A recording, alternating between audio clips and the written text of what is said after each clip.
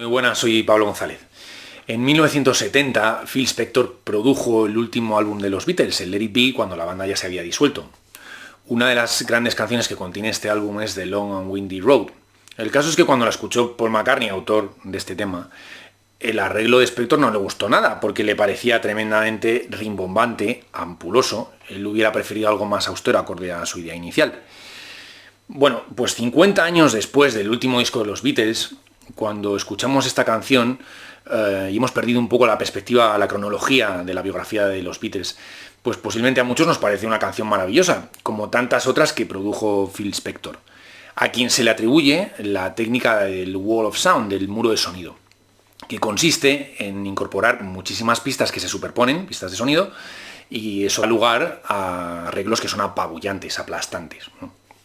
Bueno, pues es quizá, sonará más Phil Spector por el tema de las Ronettes, este Be My Baby, ¿no? Bueno, pues es curioso cómo esta manera un tanto barroca de hacer el pop en los 60 influyó 20 años después para redefinir el rock en cuanto a su concepto clásico, pues renovarlo, ¿no? Y me estoy refiriendo al noise rock, al rock ruido.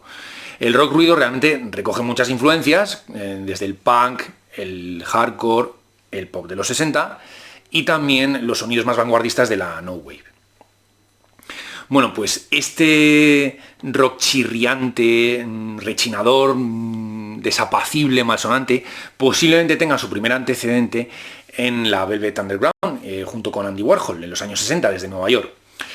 Ellos proponían, digamos, un show que se saltaba todas las reglas y que ponía un poco a prueba la capacidad de aguante del público, en tanto a la duración de los temas y a los ruidos que incorporaban.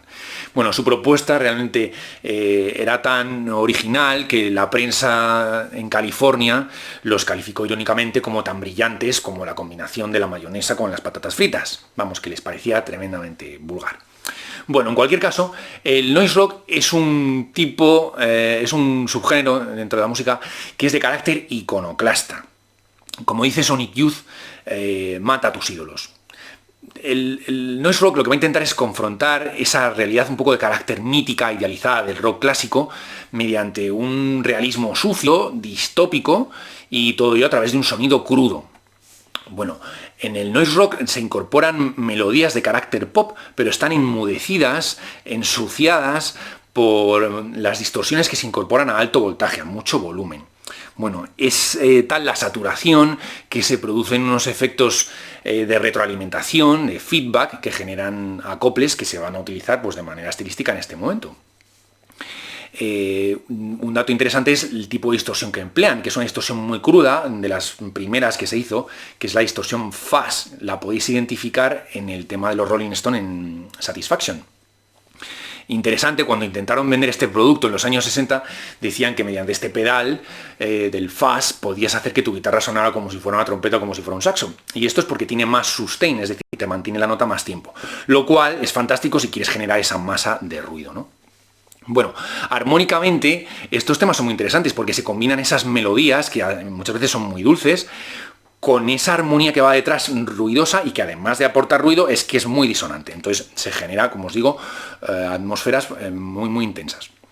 Es un rock que está pensado para generar un impacto en el público, no está pensado pues como el rock clásico para mirar a nuestras estrellas y aplaudirles, ¿no? Incluso podemos entender que se intente eliminar de las canciones esos solos tan largos, tan característicos de las bandas en los años 70, pues como ocurría en Led Zeppelin o Deep Purple. Bueno, pues como dice Sonic Youth, para tener un buen álbum no necesariamente tiene por qué estar muy bien producido, ¿no? O los músicos tienen que ser unos virtuosos. Bueno, pues os menciono 3 bandas que considero que son esenciales para este rock moderno, la definición de este rock moderno en los años 80. Bueno, pues la primera sería Sonic Youth, que el mérito que les podemos atribuir es que desdibujaron las fronteras que había entre lo que es el rock y la vanguardia. El rock, en su caso, el punk rock. Bueno, y respecto a la vanguardia, ellos incorporan digamos, lo que habían aprendido de su maestro, los guitarristas de Sonic Youth habían tenido como maestro a Glenn Branca, que es un músico de la no wave. Él lo que hizo fue incorporar a sus composiciones recursos propios del minimalismo, de autores como Steve Reich. Os explico esto, que es muy sencillo, es una mínima teoría musical.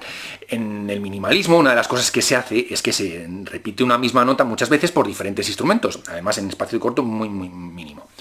¿Qué pasa? Que si pensamos en cómo es la guitarra eléctrica, a diferencia de cómo puede ser una trompeta o un piano, la peculiaridad que tiene es que tú puedes tocar la misma nota en 3 lugares diferentes y de manera simultánea. Si además yo cambio la afinación, puedo incluso ampliar el número de notas. Y si incorporo más guitarras, pues lo que puedo generar es una masa de sonido monolítica, ¿no? Aquí recuerdo un poco a Spector, y es algo pues, que se explora muchísimo en estos momentos. Además, Sonic Youth también investiga un poco en las peculiaridades tímbricas que tiene la guitarra eléctrica, tocada de una manera no convencional. Bueno, además de Sonic Youth, otra banda muy importante en este momento es Dinosaur Jr. No solo porque también, digamos que investiga muchísimo en ese sonido distorsionado, ese sonido discordante, sino también por la manera en la que tiene de cantar su líder, que es Jay Maskis, que es una manera que ha sido bastante influyente, pues tiene una manera de cantar un tanto vaga, perezosa, muy nasal, que por cierto nos recuerda a otro J, que es el cantante de Los Planetas. Bueno, Jay Maskis además es un grandísimo guitarrista y armoniza sus canciones de una manera interesante. También mínimamente, para que entendáis, una escala que suele tener pues 7 notas, cuando hemos estudiado, ¿no?, lo más convencional, las notas que dan la entidad a cada acorde, digamos que son las impares, que son la primera, la tercera y la quinta. Bueno, pues si yo incorporo las pares, que son la segunda, la cuarta y la sexta, en ese acorde, digamos que añade una sonoridad un poco más abierta, un poco más suspendida. Bueno, pues esto es lo que tiene a hacer Jay Maskis, que le da una riqueza armónica a sus canciones, que son como una especie de punk más moderno, más melódico. Bueno, otra banda muy interesante es Jesus and Mary Chain. Más que en sí toda la banda, digamos toda su carrera, en concreto un disco de ellos, que es Psycho Candy. Es un disco para ser valorado en su conjunto, porque hay mucho contraste entre unos temas y otros.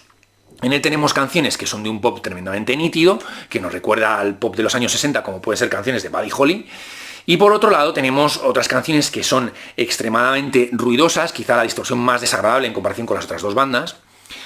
Y lo que da cohesión a todo el disco es que se emplea un efecto de reverberación que da la sensación como de continuidad de un sonido en un espacio un tanto inhóspito, como pudiera ser una habitación vacía, ¿no? Entonces, bueno, digamos que aquí el noise rock está llevado a un nivel estético bastante singular.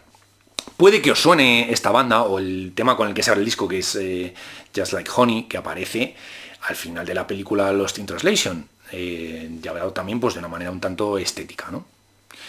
Bueno, pues hay una banda en España que recoge bastante bien estas influencias, que evidentemente, pues si habéis leído el título del vídeo, son Los Planetas. Y lo interesante, bueno, es que Los Planetas además han sido muy influyentes en el panorama independiente español, desde que ganaron los concursos de maquetas con Julio Ruiz en los años 92-93. En el concierto que dieron en Radio 3 en el 95, definían su música como una explosión de rock, ¿no?, de guitarras en carne cruda y corazón pop. Bueno, posiblemente el componente pop es el que les ha aportado más fans. De hecho, el disco más ruidoso de toda la carrera de Los Planetas es el primero, el Super 8. Progresivamente han tendido a un rock un tanto más atmosférico, a tiempos medios e incluso a guiños con el flamenco, que lo han hecho de manera muy inteligente en este maravilloso disco que es La Leyenda del Espacio. Bueno, pues Los Planetas no solo son interesantes por ese sonido tan compacto que han conseguido con los años, sino también por sus letras. Y aquí hago un inciso. Cuando un cantante o un poeta escribe una poesía, escribe una composición, es importante que nos cuente, sería interesante que nos cuente su vida privada. Bueno, pues si fuera así, yo entiendo que tendría que ser de una manera un tanto discreta, sin arrogancia, sin afán de protagonismo, para que no nos resulte empalagoso.